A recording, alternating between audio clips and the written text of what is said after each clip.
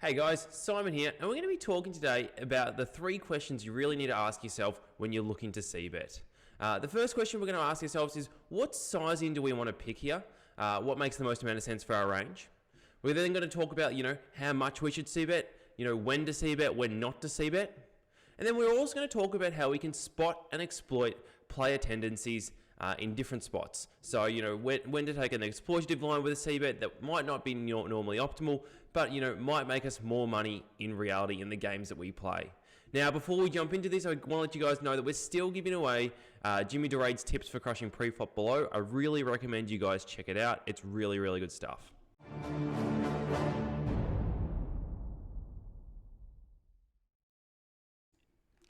Alright, so the first 2 questions we want to ask ourselves when it comes to c-betting is, what size do I want to pick and what frequency do I want to c-bet at? Now, I don't really want to cover these points separately because they really tie into each other. Our sizing is going to affect our frequency and kind of vice versa. So what we want to do is we kind of want to look at these things in tandem. And typically what we're going to find is when we use big c-bets, we do it less frequently. And when we use small c-bets, we get to do it more frequently. So typically what we're going to find is on boards that we have a really strong range advantage on, and that the defending player is going to have a lot of hands that can call a lot of medium strength hands. What you're typically going to find is you're going to want to use a really big sizing, particularly in single raised pots where there's a really deep stack to pot ratio. You don't typically find this as much in 4-bet pots or even 3-bet pots, but in pots where you're 100 big blinds deep but it's a single raised pot, if you have a really strong range advantage and they have a lot of hands that can call a lot of single pair hands, typically we're going to use a really big sizing. So a couple of examples of boards like this are going to be boards like Ace King Deuce, King Queen 2, even boards like 10-9 deuce where you have a ton of overpairs that want to get value now and they're going to have a lot of single pairs. These are boards where we're going to want to use really, really big sizes. So I can show you guys a couple of examples now around let's say button versus big blind, around boards that we might want to use a really big sizing on to put a lot of pressure on our opponent. So here I've got a board, I'm going to pick one. I'm going to pick the quintessential example of when to use a big c-bet. And this is going to be this Ace King Deuce board, okay? And you're going to see here that I've got this, slight overbet. I'd say 110%. And you can see this is the only sizing that the solver wants to use. And this is because we have the advantage with all the strong top pairs. We have the Ace Kings, the Ace Queens, the Ace Jacks that the big blind doesn't necessarily have. Because the only really strong hand that the big blind has in this spot is pocket 2s or maybe Ace 2s. Whereas we have all the 2 pairs, we have all the sets, and we have all the strongest top pairs. And so we want to put a lot of pressure on that with a really big c-bet. This performs really well as well because, we get to put our medium showdown hands into a check line. They don't have to worry about so much protection on a board like this. And it makes a lot of sense to play. The other boards, for example, that we're going to want to use big c-betting boards are these kind of open dynamic boards where there's, our overpairs as the initial raiser or as the initial aggressor want to get value on now, but there's lots of kind of cards that could come that kind of, could be scary. So another example of a board that we might want to use a really big c-bet sizing on is something like 10-9 deuce. And this is because you can see here our overpairs really want to pile in some money. We're going to have some strong top pairs like Ace 10, for example, that want to get value now. And they're going to have a lot of medium strength hands that can defend and a lot of cut shots and open-ended straight draws that potentially want to call as well. So we use that big sizing to get the value in now. Now, the thing to say with big c-bet sizings is you'll often see this small c-bet sizing getting used at the same time, particularly if you run a sim with multiple sizing options. And so the question you might ask yourself is, well, should I pick the big c-bet or should I pick the small c-bet on a board like this that, could do both? And the answer is you could probably do either one. I don't think either one would be a mistake. The one thing that I would advise is that you want to typically pick one and stick to it.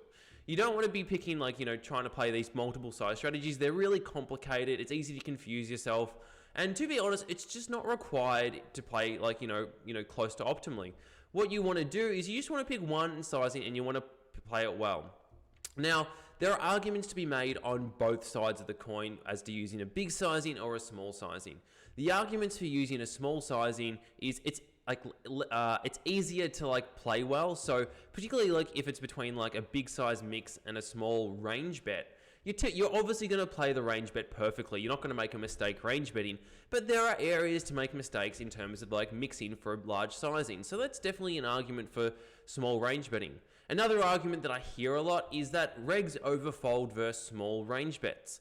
Now, whilst that might have been true a couple of years ago, the data that I see nowadays with the regulars in my player pool is that they actually defend relatively close to optimally when it comes to small cbet sizings. They've learned that they can't overfold versus 1/3 anymore, and this size just isn't printing like it used to.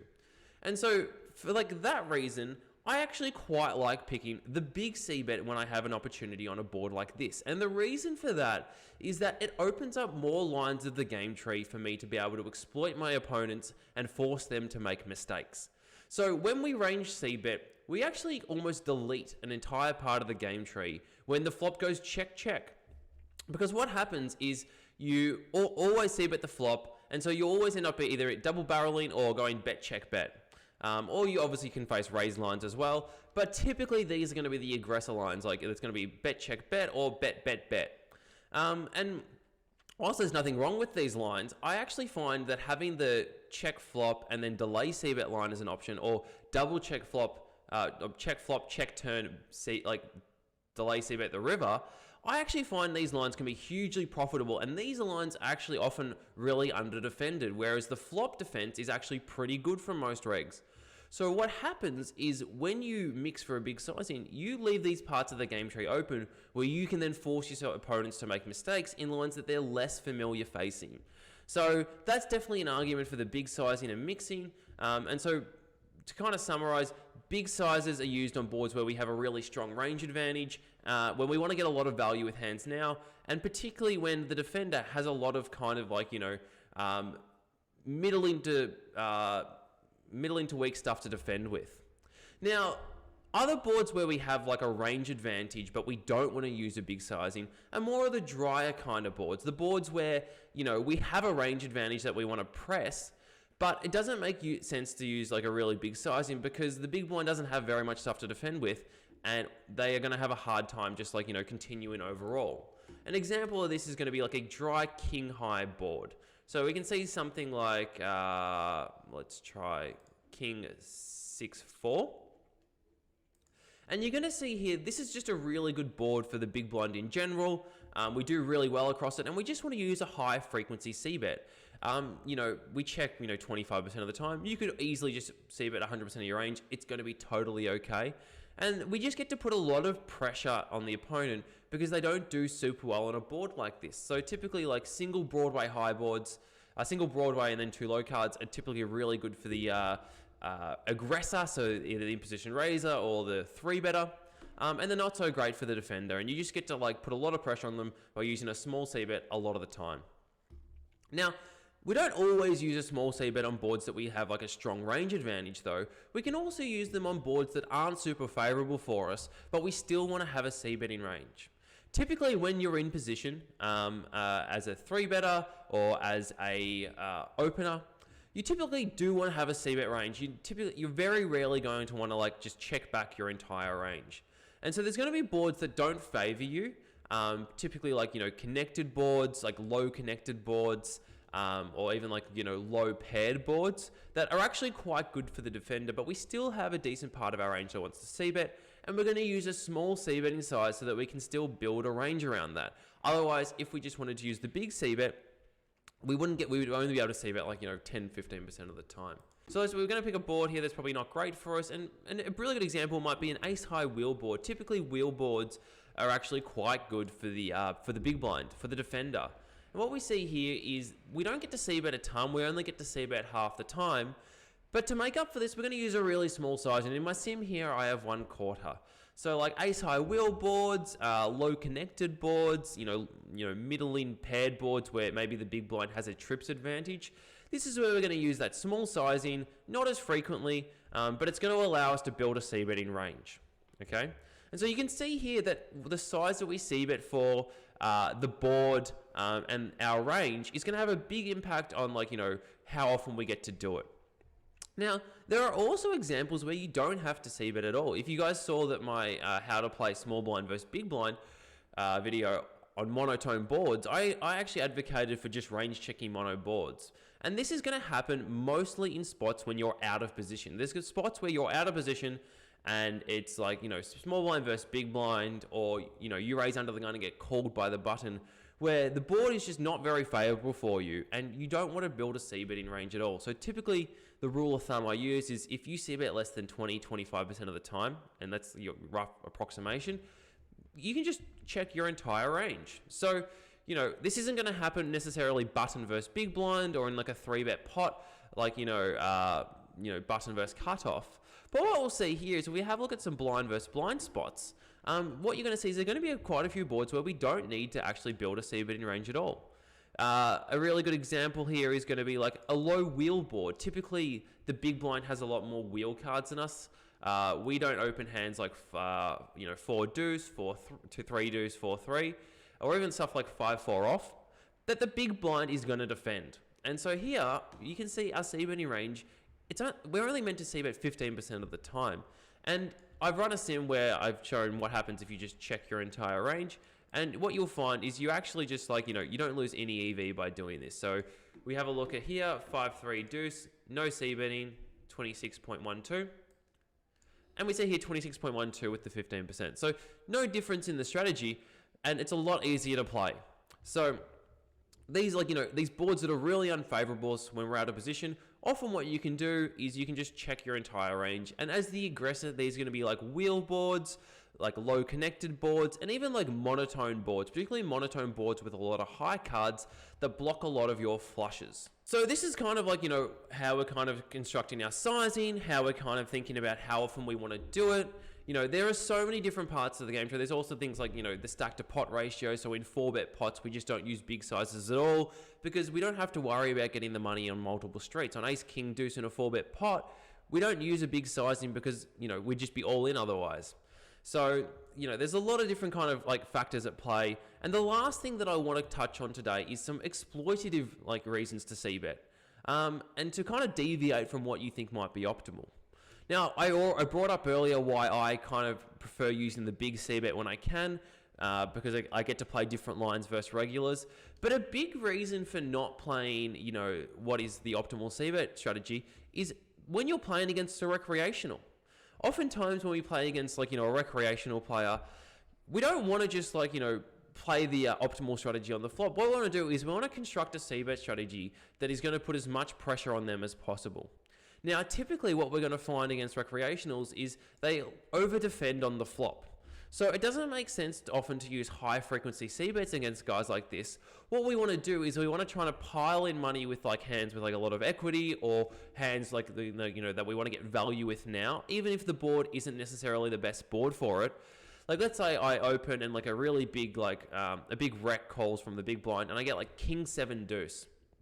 I'm not going to use a high frequency small c-bet. If I have aces, I'm just going to start smashing 3/4 pot, maybe even overbetting the flop as an exploit, because I know that they're going to over defend on that particular line. In the same example on king 7 deuce, let's say I have 7-8 and I have middle pair. I don't need to pressure that guy with a small frequency c-bet and realize equity with something like 7-8. What I want to do is I want to check back the flop, play that polar strategy, and give him a chance to bluff me. Typically he's going to have if he's playing 60, 70, 80% of hands and the flop goes check, check, he's going to have so many hands that he can bluff me with on the turn and the river that I want to make sure that I have a really good chance to bluff catch with all my medium showdown strength hands. And so this is kind of the thought process that I'm taking in game. You kind of want to identify, is this guy a reg or a recreational? If it's a rec, how can I exploit him? How can I make the most out of his mistakes? Typically those recs are going to over-defend on the flop. So we want to use big sizes with value. If it's a regular, then we're thinking, okay, what does my range look like? What does his range look like? How do they interact on this board? And based on that, you kind of think, okay, do I want to use a big sizing or a small sizing? And then I'm kind of thinking about, how often I really want to do it. And then obviously we come down to which parts of the range want to use that. Typically for small c-bets, we just lots of all hands or lots of it's when you're using a small sizing, it's normally at a higher frequency, so it's just like, a large smattering of hands. Whereas when you're using that big sizing, it's very polar, so it's like, value hands, bluffs, and then your showdown, like, ace high kind of stuff gets put into that check line. Anyway, guys, I hope this has been helpful for you guys. It's a very broad topic to cover in one video. I'm just hoping to get you guys, thinking about what kind of stuff that I'm thinking about in these spots, and so that you can kind of think about it in game too. You don't want to have to run every sim for every single spot and be like, okay, I know what, I know what to do this MP versus big blind c-betting spot. You should be able to take some things away from like, okay, I know this is what I kind of do, like maybe button versus big blind. And from MP versus big blind, it's a little bit tighter, so maybe I use a bit of a bigger c-bet sizing, on certain boards. But it's not so much of a here's a blueprint for how to c-bet. Here's a thought process. Here's kind of like the thinking model that I use in game to try and get a good approximation of what I think's happening, and also some exploits that you can make in game. Anyway, let me know what you thought in the comments below. Hope you guys enjoyed. I'll see you in the next one.